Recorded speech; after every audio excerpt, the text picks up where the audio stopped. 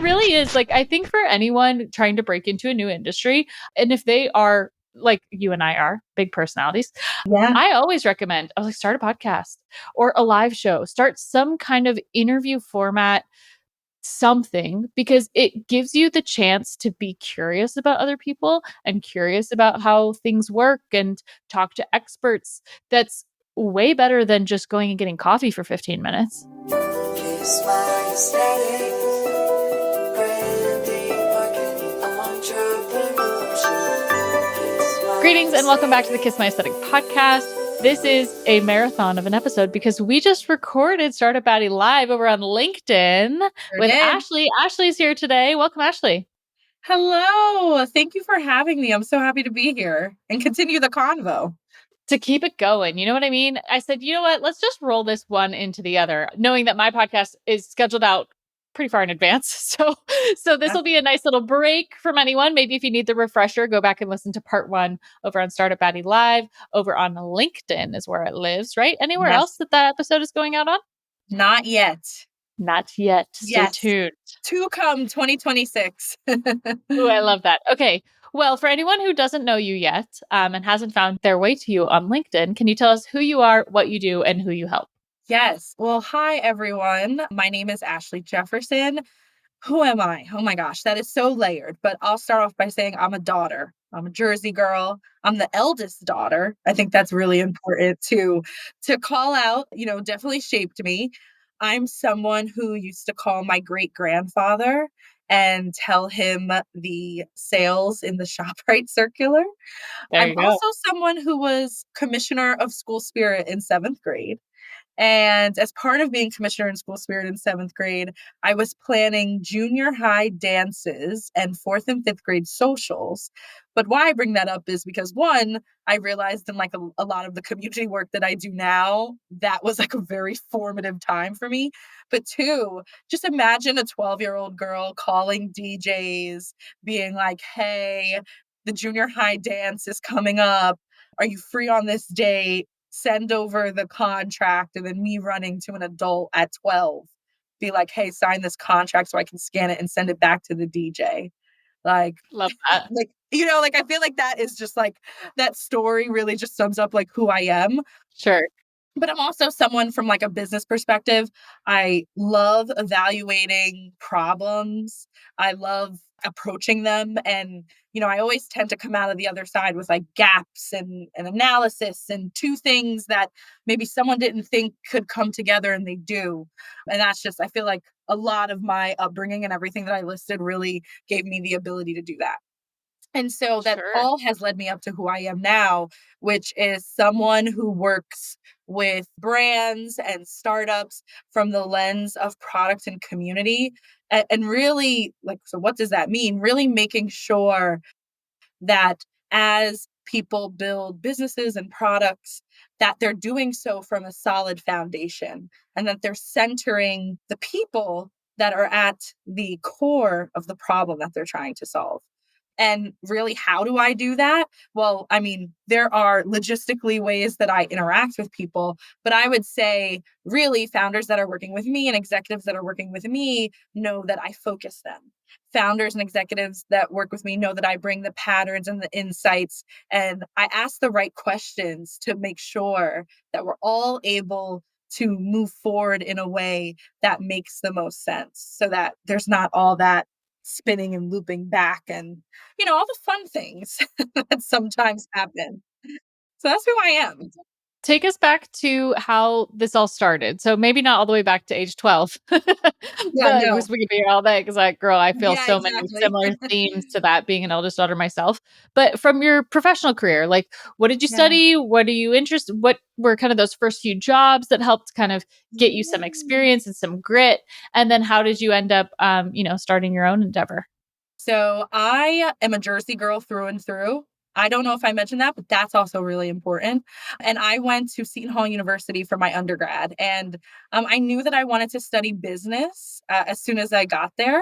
And so I was admitted into the business school. Finance and IT were my majors. And so if you asked me in college, I would have been like, yeah, I'm going to climb up the corporate ranks and be a CFO, which is like, yeah, chuckle worthy now because that's not what I'm doing. But I had gotten some internships in IT and finance, and I was like, okay, I think maybe I'll lean more finance. Went through a what they call a rotational program. So it was more so on the full time side, 3 years, three very different positions, and got to the end of that and was like, woof, okay. I mean, really love finance, really love numbers, love that they tell a story, but I don't like just being in finance. So what can I do that that injects the numbers and helps me tell the story, but puts the technology back into it?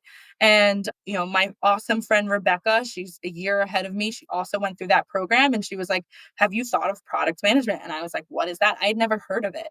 Thankfully, in a lot of like undergrad programs now, they're injecting product thinking and design thinking, and that's awesome. But that wasn't there when I went to school just 10 years ago. And so I shadowed her, I talked to a bunch of people, and really the rest was history. It was a way of thinking about business that felt so creative to me. And even though I like numbers and data, I also am equally a creative person. And so product really allowed me to do that. Did that for a big insurance company, then went to a big bank during the pandemic as I was doing my MBA. So went back to school for business. And then again, got to the end of that and was like, I feel so burnt out. Like I don't feel like me. I like product, but I don't like the way I'm doing it. And I always thought that I would go into startup land. And so in 2023, I jumped. I called my parents and I said, I love you. I'm sorry that I have to do this because you guys have done so much for me. But yet I feel so broken and sick and unfulfilled. And so I quit in 2023. And yeah, we've been doing this for a little over 2.5 years now. Oh my gosh. Wow. Okay. Yes. Such a journey. So opposite to mine, which is so interesting because I Yeah. started my business in college. And then this is the only thing I've ever done. And we were kind of chuckling about this in between the two episodes of like, I have this weird psychological reaction to LinkedIn for how corporate-y it is, but then that Yes. seems like that's your world a little bit. Like the It corporate is. side of it is to me as someone who has always been defined as a creative. I'm curious. I'm kind of like this person that's like lurking if it's like a zoo, like I'm lurking around the edges, like I'm looking in there and I'm like, do I want to go in there? Like I'm not sure. I don't know I if I don't blame you. belong in there. So talk to me about LinkedIn as a profile because or as a platform because you also talked to me on your episode about how there's just this really great opportunity to kind of meld the two worlds together and your live show is evidence of that. So talk to me about that bit of it. Yeah, so I think in order to understand like how I can show up on LinkedIn, I think it's important for me to talk about how I showed up in corporate. So Sure. in corporate, I had personality by every sense of the word. I had personality just in my talking. I these nails, for anyone listening on audio, if you're not like seeing this, I have like my nails done and shaped and they're long. And I showed up in corporate like that too. To me, especially when I moved into the product world, they had a little laxer dress code. Like corporate was my fashion show, right? So I never felt I couldn't be me at work. And maybe I like, would tone it down or maybe Ashley's 100% of a pie, maybe depending on the person in the room I show up as 50%, right? But I was still showing up as myself. And the hardest thing about leaving corporate was the fact that I felt like it was hard to be me. And I mean, mind boggling statement. Like, how I would ask myself a lot, how are you okay being you in an environment where, for all intent and purpose, you weren't supposed to be you, right? Yeah. But if it came for standing up for my team or managing up, down, and around, or just being honest, I had no problems doing that. And the moment I stepped out of that, it was hard. And so, what I've come to realize is that, when you're coming into a new world, startup land, my background was very corporate, my network was very corporate, started to shift a bit when I went to business school. But I don't know, I felt so vulnerable. And it's different people seeing you in the context of a company with a name brand, right? Sure. If got hired there, it does say something about you. But now it was all me. Yeah, sure, I had those brands to point to, but I wasn't part of those brands in present day. And so really recently has come Startup Baddie Live, but also just Startup Baddie as like, this is who Ashley is in the sense of business. Whether she's working with bigger brands or startup, she is a startup baddie. She is challenging the norm. She is going to have the conversations and ask the questions that people are afraid to ask, but are so critical to get business done right. And LinkedIn just happens to be where the people are that I service, right? True. And Yeah. so I finally was like, no, I was myself in corporate and I'm going to continue being myself. And so on LinkedIn, I'm like, hey, y'all, I'm showing up with the flair. I'm the startup baddie.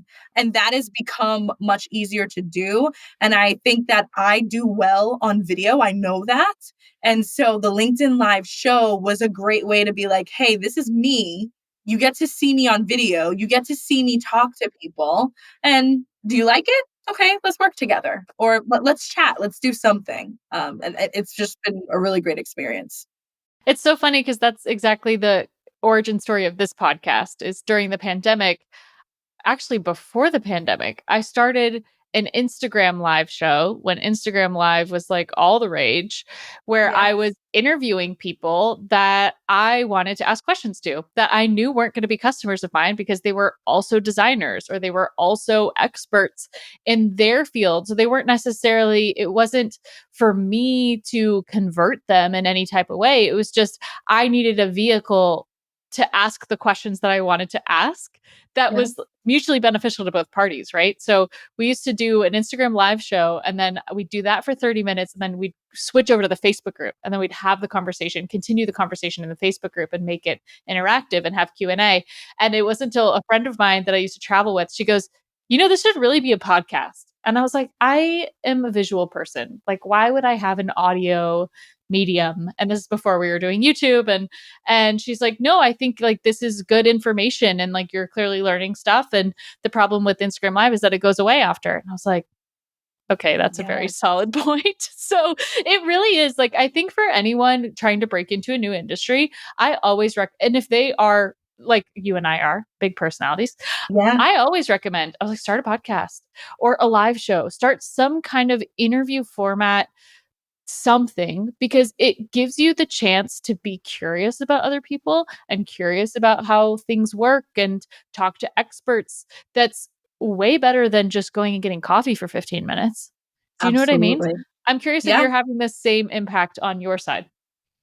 Yeah, I think so, in the sense of like how people during the show are like writing these like really lengthy questions and statements. And I love seeing that people feel like they have a place to be heard and seen. But then I also love just how people want to connect with me after. It's like, I mean, you don't always get affirmation as a business owner, right? But when you get it, hold on to it. Take a screenshot of it. I know that that's what I do.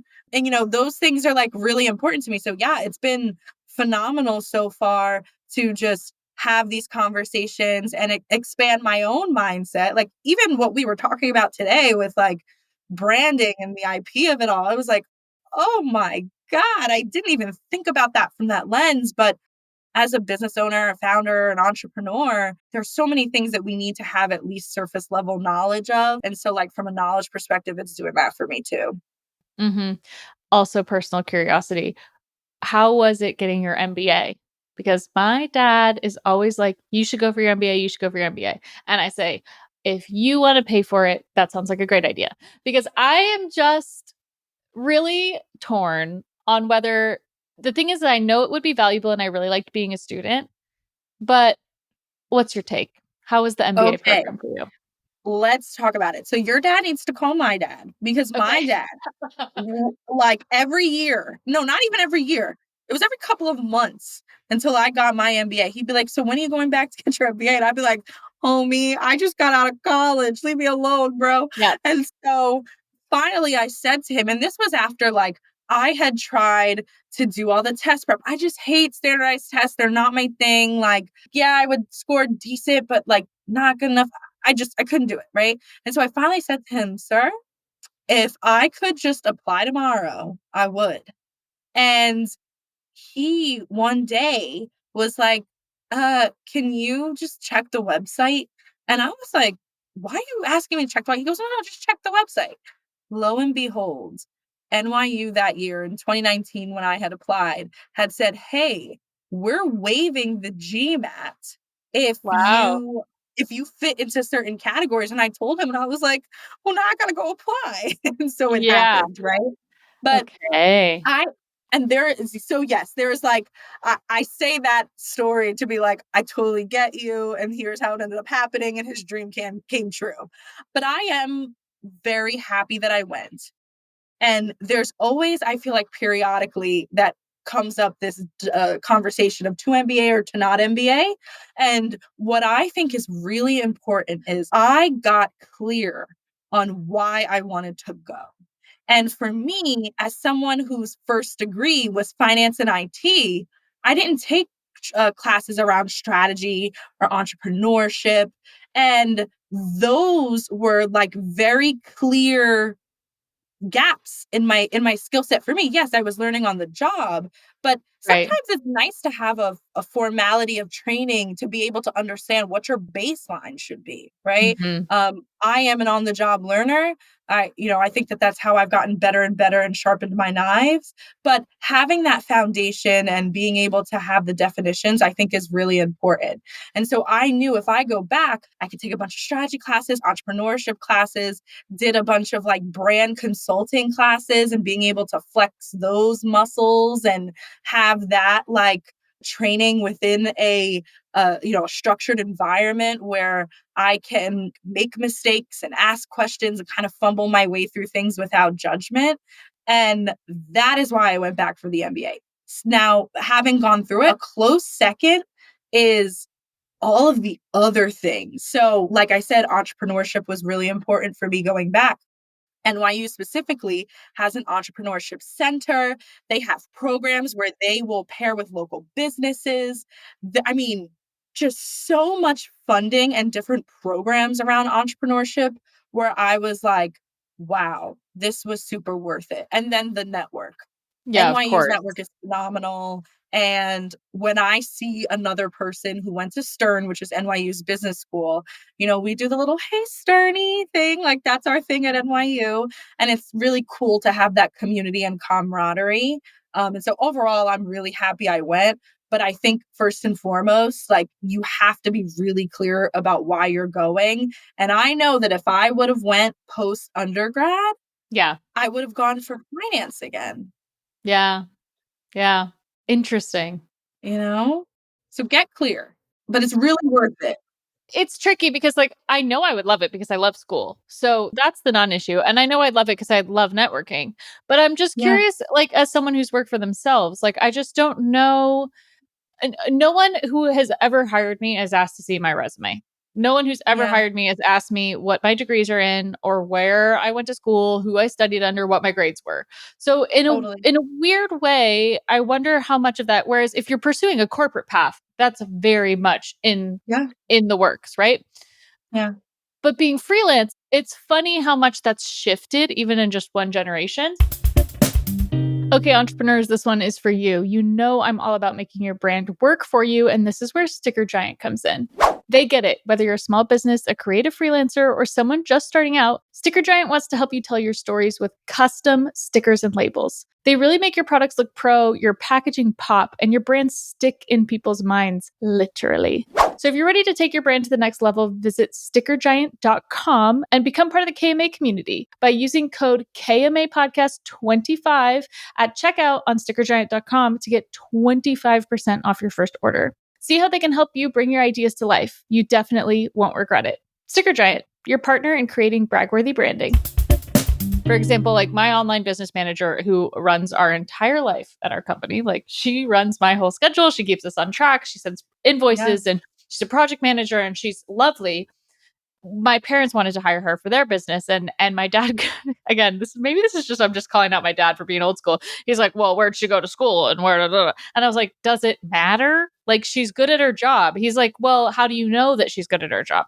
I was like, "Because I work with her. Like, you have Yes. she has my endorsement, right? I'm telling you right now, she's good at what she does. Like, and if you don't believe me, then that's on you." So, but also like just because you in the same breath he also says just because you're a doctor doesn't mean you're a good one, and just because you're a this, just because you have this degree also doesn't mean that you're good at your job. So it's really interesting because Sure. I think education, I mean it's a privileged position to say like education, I don't know that my undergrad degree, if I hadn't gotten it, if I would end up in any different of a spot than I currently am.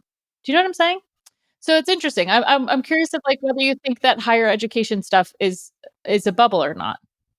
It's so interesting. I mean, like, I think about back in the day, right? Like, everyone used to do, like, apprenticeships, right? Because I do really believe that, like, on-the-job learning is, Same. like, the most important form of learning. Same. And when it comes to someone who's running their own business, I would say that, like, an MBA is probably helpful if you've, like, you've never really gotten close to, like, Exposure. business, Sure. you know? Sure. Like, I feel like going through an MBA would give you a sense of like, "Oh, okay, here's what's normal," and then people, experts don't take advantage of you, right? Yeah. For you, it's, like, a bit different because you've been running your business for a while now, 12, and almost 12 so years. yeah, exactly, and so if you're for you specifically, like, if you're gonna go, you need to be like, "You know what? There's something that I just really wanna learn from, like, a Right. topic perspective," and then it's not enough to me to go just for the network. Like, there needs Right. to be something really clear that you're getting Right. out of it. Right. Interesting. I am kind of envious of the community part though. Like there is something about being a network or being an alumni of something, like I was in Greek life. And there's something Okay, about being yes. like, okay, there's this it's this thing that we did, but there is like this weird connective tissue that again, to our conversation of the part 1 that we had, right? Of community. Yeah. What's community versus followership versus, actually sharing experiences and sharing identity with a group, because then you do want to help each other out. What were your thoughts? Because you got my hot take about community, but as you're someone that's working on building your own sense of community around your brand, where are your like pleasure and maybe pain points of, of the word community as of 2025? So I do feel like community is becoming a buzzword, and when things become buzzwords, they scare me. Now, something that I feel like is missed out of the community conversation. So, in part one, I really enjoyed how you were like, hey, it's not just like the demographics. It's really, we all have, regardless of what we look like, where we live, there's some like common thread on a topic that really brings us together. Yeah. And that being something that should really be focused on. I am in total agreement with that. Something else, though, that I don't feel like gets talked about enough is the fact that community means incorporating intersectionality. Yes. And I feel like intersectionality gets left out of this conversation of community. And intersectionality does not just have to be race, gender, sexual orientation, disability, whether you're a veteran or not, right? Not those like often what we see Check now is like boxes. big Yeah. or heavier topics, right? But it really can be all the way down to, like, food restrictions. Like and that's, like, the smallest thing, but I realized the other day that I do monthly breakfast for the startup ecosystem here in New York, and I had someone come, and she had some, like, very strict restrictions, and it dawned on me, I was like, "Oh my god." In that long, lengthy ass survey that you have when people register, not once do you ask about someone's food restrictions. And to me, part of bringing people together, food is critical. You don't want people on empty stomachs around you. Like, you know what I mean? Like, you want them fed and you want them nourished and like food And is it's part of communal. life, but it's also like Yeah. what we do in community. Yes, you know? And so to me, intersectionality is a range, but like I think what really gets me going sometimes is like we can't call something a community and not recognize that even though we have this common thread, there are other things that are unique about our lives that deserve to be looked into. And you want your community members to be curious about you, the individual.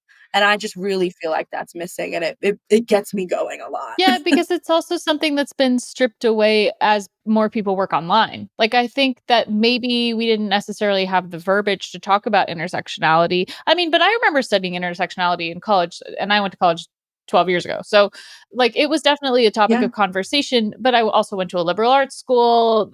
So there was a lot. And it was also a religious it school. helps. So all of that kind of was in the mix. But I think the intersectionality part of it comes across. And where I'm thinking about being in community, it's like the person that says, "What'd you do this weekend?" Like, it doesn't need to be. I think we can get really Yeah, heady and get really academic with it, but it's the person that yeah, notices when you're a regular somewhere and someone notices that you haven't shown up. So for me, like, in a yeah, funny, weird way, it's like being a member of a CrossFit gym. And, like, I love yeah, Pilates, I love spin, I love yoga, but, like, all of those were not places in which I was having conversation with my neighbors. I go to this gym and all of a sudden I've got 30 new friends because it's a workout that facilitates conversation. We're stretching together, we're yeah, doing hard things together, we're cooling down together, and it is conversational. And being someone that, like, works for themselves and lives by themselves and works from home, I don't get those opportunities to have those conversations with someone who's 65, with somebody else who's 42, with somebody else who's has kids, has grandkids. Like, outside my family, I wasn't getting exposure to this whole crossover. And here's the thing, here's our intersectionality, right? Is that we're both at the same CrossFit gym. So we have something in common, yeah, but we are so different in every other area of our life. And it just has given me so much more perspective and also connections, business connections, friendships, opportunities, just by being in, like, the most surface level water cooler talk proximity to other people. yeah, It's like, it's yeah. crazy how much it's impacted my mental health, my sense of community. Because, yeah, it's like, "Oh, I didn't see you at the workout yesterday. Where were you?" It's like, "Oh, you noticed?" It's like, so I'm wondering if you've noticed that Mhm. as a byproduct. Like, you're in New York, so everyone's in much closer corners to each other. But I wonder if you Totally. notice that as a byproduct of kind of this, like, online business evolution of, like, yeah, now people are being required to go back to office. But where do you see that from a corporate side of, like, how important is the water cooler talk? How important is the small talk? It's interesting, and people may think like, "What? Is that conflicting?" I don't see it as conflicting. In terms of work, I am very anti return to office 5 days a week, like, I don't like Yeah, it. I think that COVID taught me that we need more integration, and what changed my life more than anything during COVID, aside from just, like, going through a crazy time, like, I was thinking about the other day, I go, "We went through a pandemic, a once in a 100-year event. I lived through that." Like, like, my I feel like my brain's still processing. But one of the things that I feel like I learned during COVID, and that was transformational to me, was the fact that I was doing laundry during the week, and the weekend, I could, like, rest or go somewhere or drive. You couldn't do much at that time, but there was this aspect of being like, "Oh, I got up early on a Monday, and by 10 a.m. or noon, all my laundry was washed and minimum right, dried, right. and then, maybe later that night I folded it." You know what I'm saying? Like, it just made me realize, like, "Oh, we lost the plot somewhere along the way where it became a luxury to Have personal do time. things for Yeah, me." yeah, Like, why when did that become a luxury? And so for that reason, I do not I'm anti 5 days a week. sure. I think that we showed during one of the most stressful times that we could keep these big companies And afloat, then some. and people should be yes, and people should be rewarded for Yeah, that. Now, I plus one some in-person time. yeah, And I think that if I were to run a company with employees, I probably would do once a month in person. sure. Like maybe there's 1 week, 2 days, everyone comes in person. All the other time, I don't really care where you work from, just get your stuff done, right? And so that is my philosophy. But I think at minimum, people's week should be hybrid. Now, where I am more bullish, but I think that's because people are appreciating just the time away, is I think whether you're a feel good community or a professional community or a brand community, that you should be investing and doubling down in IRL Absolutely. experiences. And that doesn't mean everything is IRL, but have something on some regular cadence where people can know they can plug into regularly, that's not work, Yeah. right?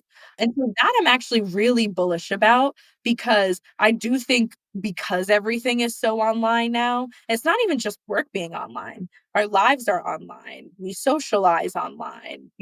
Our families maybe don't live near us. And so we're on our phones, where everything is app based, Right. right? And so it's nice to just come to an appointed spot and have a conversation or decompress or whatever the community is. So that's what I am bullish about. Right. Yeah, I think that that's important. I think one of the things in my 2026 kind of trend prediction, by the time we're recording this, it's end of the year 2025, but I think the in-person retreat, like the curated, it's not so much that people just want to travel, which they do, but is people want to travel in community with people that they share values with, that they want to feel connected to, that they want to find that kind of common ground. And we're working with a brand called Gallivant Society that does curated trips around the world and predominantly women. Cool. But she was also recognizing kind of this intersectionality of like, again, the person who's 24 having something in common with someone who's 65. And the thing that they have in common is that they're on a Nile River cruise in Egypt together. You know what I mean? Like it's really interesting. So I think it's challenging us to kind of break down those boundaries and to the point that we talked about on your podcast is like the demographics versus the psychographics, what's that connective thing that doesn't need to be so relegated to like your age, your gender, your race, and your job, because I think people are more complex than that. So much more complex than that. I mean, even my opener, right? I'm a Jersey Yeah. girl. I'm a daughter. I'm an eldest daughter, right? Like I was planning things at 12. Like there's so many things that make us us. And I feel like everyone should embrace that. And so that's what I always look to Oh, do. I love it. Love it. Well, where can everyone follow you, work with you, go see the part one of this episode? Can you please plug yourself? Yes. Okay. So I am on LinkedIn and Threads, and we're dabbling in TikTok. Okay. So LinkedIn, I'm at yes, we're starting to dabble. On LinkedIn, I'm Ashley Grace Jefferson. On Threads, I am at Startup Baddie. And on TikTok, I'm at Startup Baddie Academy. Unfortunately, I had to add the academy because at Startup Baddie was taken on TikTok, but they don't post. There So you go. hate that, but it is what it is. So those are the best places to like stay in touch with me. I think you get like different versions of me. So LinkedIn is more of my, pretty baked thoughts. It's also where Startup Baddie Live is on, which you can catch Michelle on my show. And so that's a great place to watch the replay. It's always available on there. Threads is more of, I'm really in community with people. So maybe you see my thread about, me putting tzatziki on everything, right? And then in another breath, I'm like, hey, I want some founders to talk to at an event in New York City. So there's really range there, but there's a lot of personality on threads. So if you're interested in that type of thing, you can definitely go there. And then I would say that my not weekly, my monthly newsletter, Startup Baddie, is on Beehive. There are links to that either from Threads or LinkedIn. And Startup Baddie is the monthly recap where I highlight milestones in my business, but I also am sharing what I've learned and maybe how you can apply it too, in addition to what I am thinking about, dreaming about, and listening to or reading. And so people really like it. It's another way to get to know me, which is like we're all at the core of our businesses. So Fabulous. Exactly. Exactly. Well, thank you so much for joining us on Friday is the day that we record. So thanks so much for joining us on a Friday. You guys, if you loved the episode, don't forget to leave a comment either on Spotify, on YouTube. Make sure you subscribe. My podcast manager wanted me to remind everyone that you actually need to subscribe to the show so that you get notified when new episodes are live. Feel free to send it to a friend. Check out Startup Baddie, and we'll catch you next time. Thanks so much, Ashley. Thank you. Bye.